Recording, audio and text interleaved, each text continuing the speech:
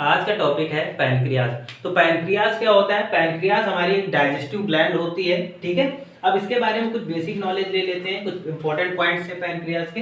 सबसे पहला पॉइंट क्या है कि pancreas is an abdominal organ located behind the stomach. तो ये एक ऑब्डोमिनल का ऑर्गन होता है और ये क्या होता है कि जो हमारा स्टमक होता है उसके पीछे यानी बिहाइंड में स्थित होता है।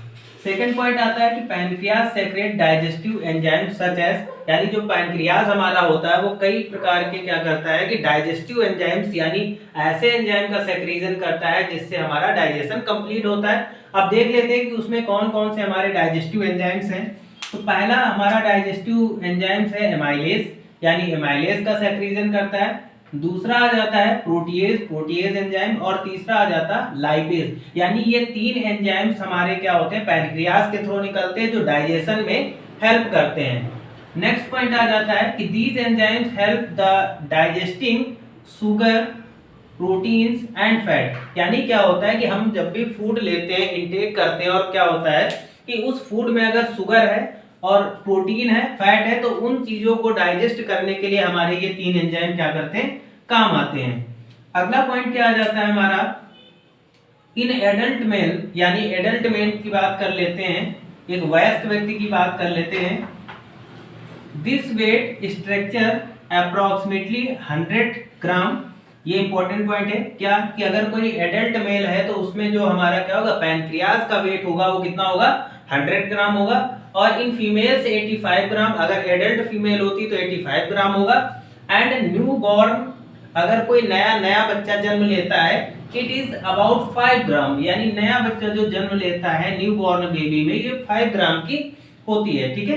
Pancreas is an endocrine and exocrine gland. अब देखो एक पॉइंट आ जाता है, ये इंपॉर्टेंट पॉइंट है कि जो हमारा पैनक्रियाज यहाँ पर दिया गया है ये क्या है, एक एंडोक्राइन ग्लैंड भी है और एक्सोक्राइन ग्लैंड भी है, ठीक है। एंडोक्राइन ग्लैंड का मतलब क्या होता है, जो डक्ट में अपने एंजाइम्स का सेक्रीजन करें, और एक्सोक्राइन का मतलब होता है जो डक्ट के बाहर सेक्रीजन करें, ठीक है।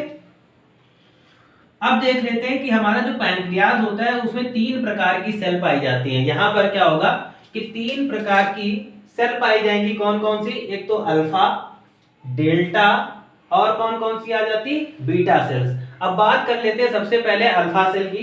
तो यहाँ पर जो अल्फा सेल होती है, अल्फा सेल का फंक्शन क्या होता है, दे सेक्रेट ग्लूकेगॉन। ये ग्लूकेगॉन नाम का हार्मोन या एंजाइम सेक्रेट करती हैं, ग्लूकेगॉन का सेक्रीजन करते हैं। और ये ग्लूकेगॉन क्या करते हैं, जो ग्लाइकोजन होता है, अच्छा ग्लाइकोजन कहाँ पर होता है, तो ग्लाइकोजन होता है हमारे लीवर में स्टोर होता है। जैसे हमें क्या हो गया कि हमने 2-4 दिन खाना नहीं खाया, तो ये ग्लूकेगॉन क्या होगा, यानी ये ग्लूकेगॉन इस ग्लाइकोजन को ग्लूकोज में तोड़ देता है, कहां पर, लीवर के अंदर, जिससे क्या होता है कि हमारे बॉडी को एनर्जी मिल जाती है।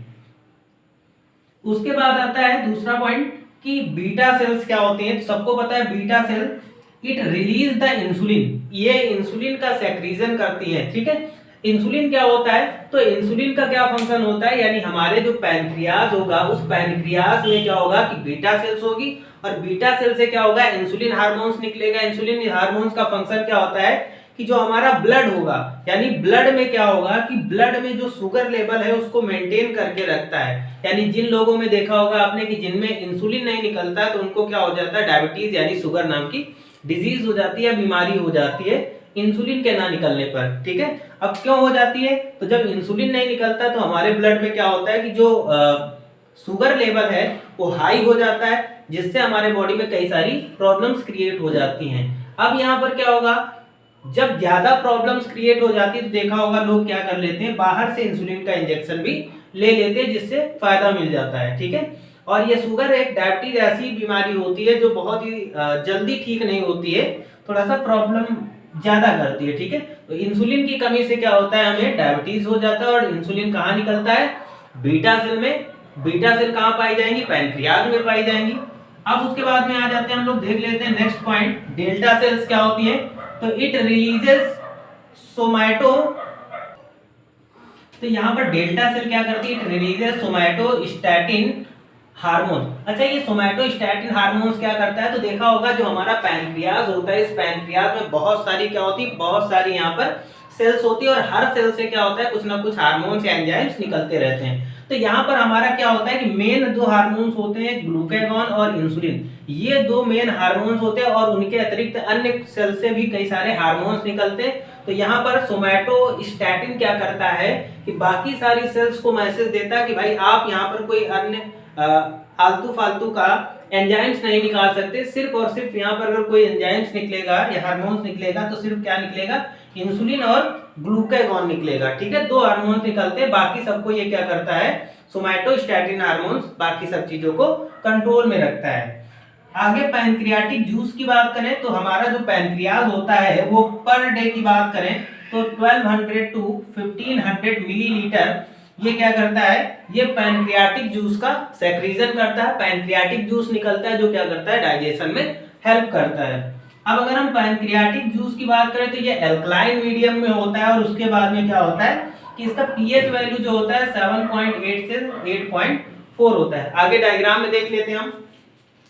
तो ये हमारा क्या डायग्राम दिया गया है, किसका, पैनक्रियाज का दिया गया है। अब पैनक्रियाज का स्ट्रक्चर दिया गया है यहाँ पर, ठीक है। तो यहीं पर हमारी क्या होती है, सेल्स पाई जाती है अल्फा, बीटा और डेल्टा। ठीक है, ये क्या होता है, ये हमारा गॉल ब्लैडर होता है जिससे बाइल जूस आता है और ये बाइल जूस इधर से इस डक्ट से होता हुआ और यहाँ से क्या होगा कि पैनक्रियाटिक हार्मोन्स यानी पैनक्रियाटिक जूस जो भी होगा ये सारी चीजें क्या होती है, इधर से धीरे धीरे होती हुई ये कहाँ जाती हैं, ये स्मॉल इंटेस्टाइन में जाती हैं और स्मॉल इंटेस्टाइन में फूड के डाइजेशन को कंप्लीट करते हैं। तो ये रहा हमारा आज का टॉपिक पैनक्रियास।